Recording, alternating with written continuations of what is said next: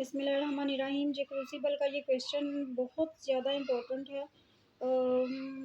इतना इम्पोर्टेंट है कि ये इसके बहुत ज़्यादा चांसेस है कि ये इस दफ़ा भी आपको आ सकता है। थीम ऑफ विच क्राफ्ट, तो ये देखें ये कितना इम्पोर्टेंट है। ये पंजाब यूनिवर्सिटी में 2019 में भी था, 2018 में भी है, 2011 में सरगोदा यूनिवर्सिटी में और 2016 में भी, इसके अलावा 2015 में भी।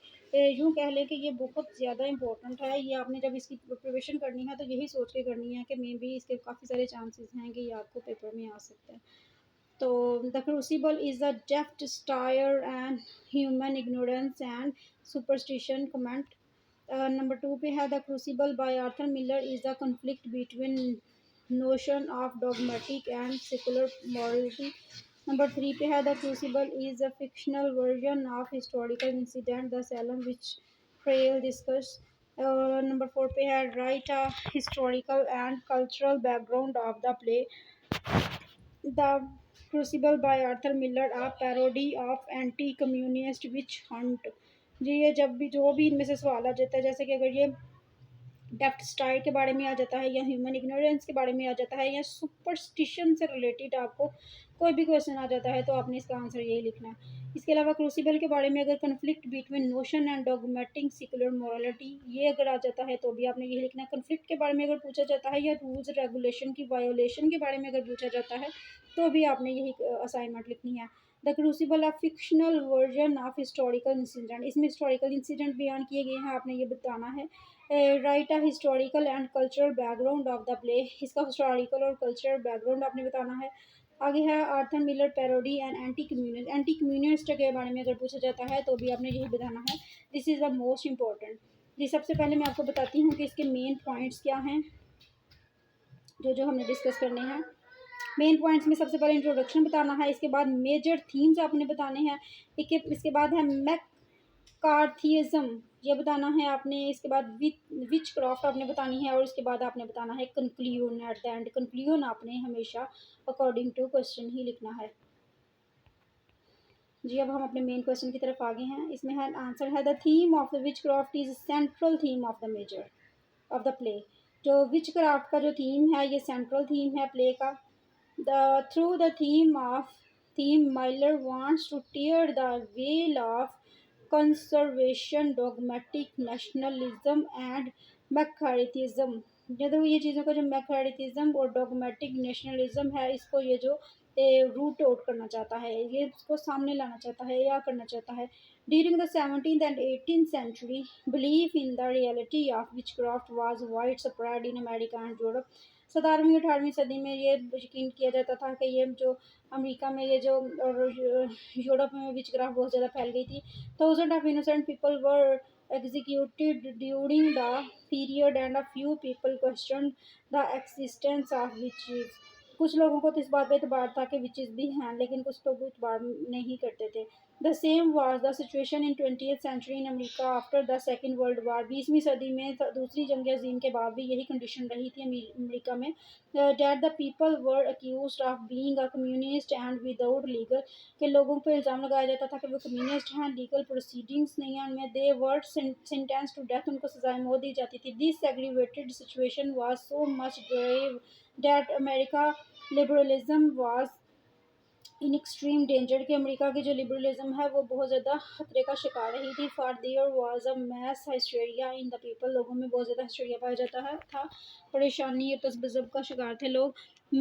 माइलर्स dramatize this situation of communist. Miller जो है वो कम्युनिस्ट की सिचुएशन का जो है मुशाहदा करता है, बयान करता है।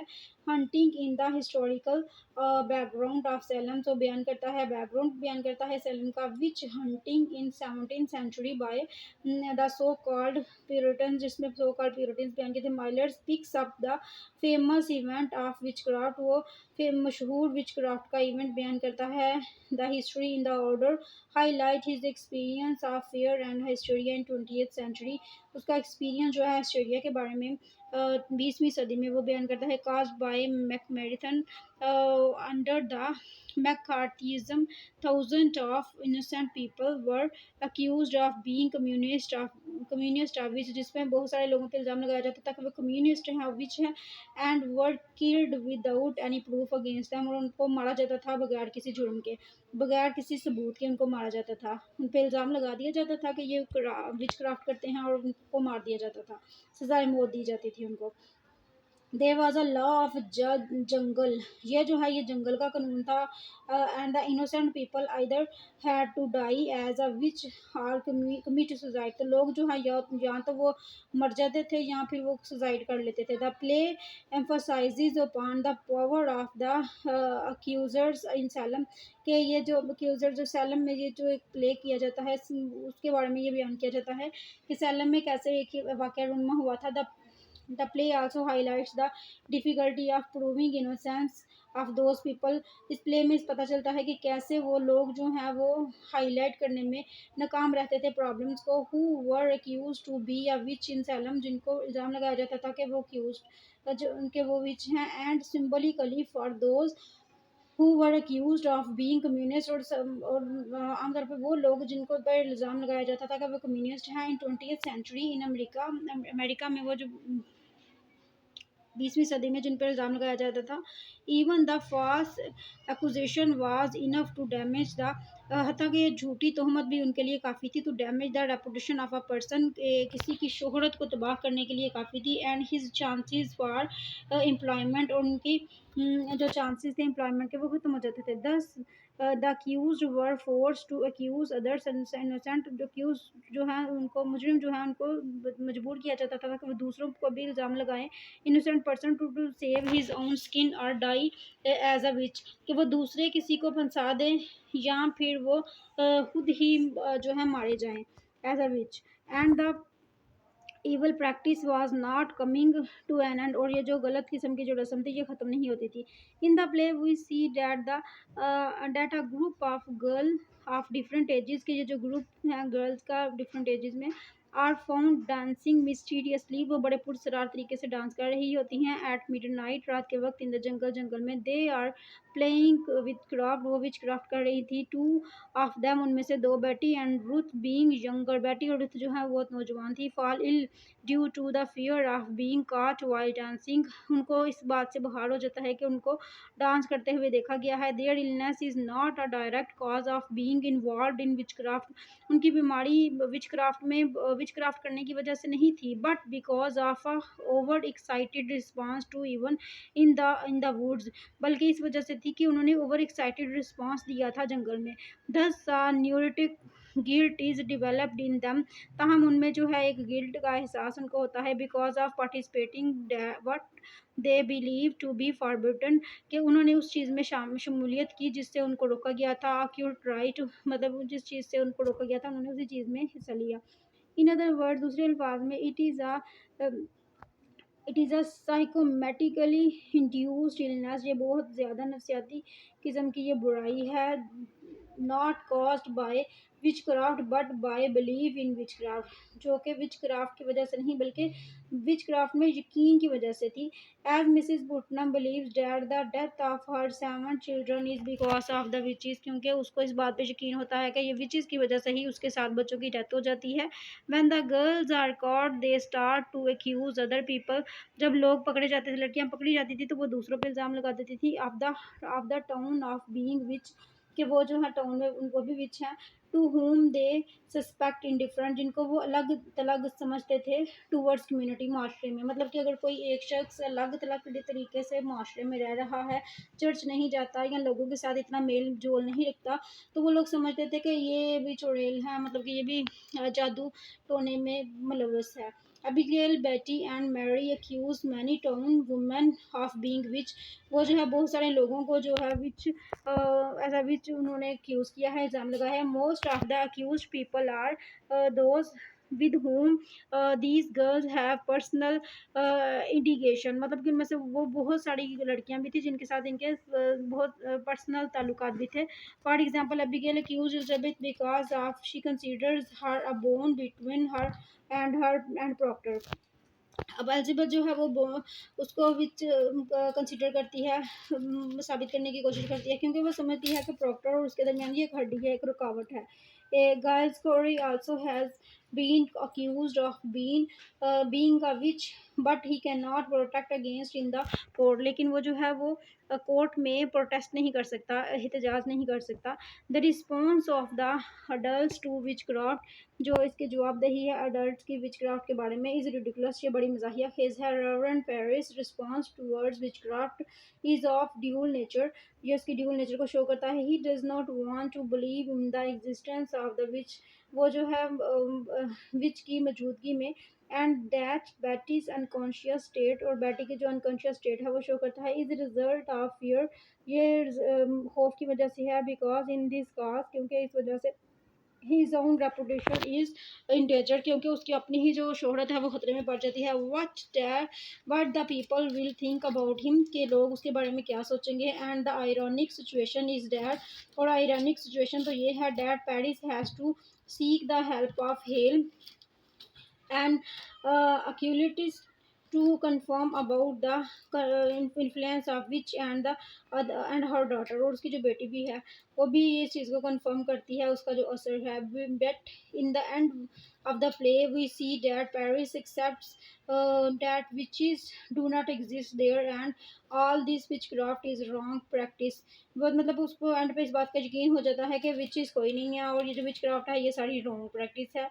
Hale on Aculitis at first is very anxious, वो जो पहले है वो बहुत ज़्यादा बेचैन होता है। To prove his occult knowledge, उसका जो गलत किस्म का जो नॉलेज है उसको प्रूव करने में वो रॉन्ग होता है साबित। एंड बुक वेरी ऑथेंटिक, और बताता है कि ये बुक बहुत ऑथेंटिक है। इन आइडेंटिफाइंग विचेस, जो जिसने विचेस को आइडेंटिफाई किया है according to rules described in occult books, मतलब कि जो बुक्स में जो रूल्स बताए जाते हैं। द बुक्स से something and this observation and experience, और ये जो ऑब्जर्वेशन है जो तजुर्बा है, टेल्स हिम समथिंग एल्स, ये इसको कुछ बताता है। He reaches the conclusion and urges, वो नतीजे पे पहुंचता है। And urges Elizabeth to introduce her husband to sign, के वो एलिजाबेथ को जो इंट्रोड्यूस करता है कि अपने हस्बैंड को साइन करे। Life woman Elizabeth life is God's most precious gift, ये खुदा की बहुत अच्छी ज़िंदगी है। नो प्रिंसिपल होएवर ग्लोरियस में justify the taking of it, but Danforth remains stick to his belief because he thinks that that the honor of the court is more precious than justice. He says, "You must understand, sir, that a person is either with his court of her must be counted against it. There is no road between."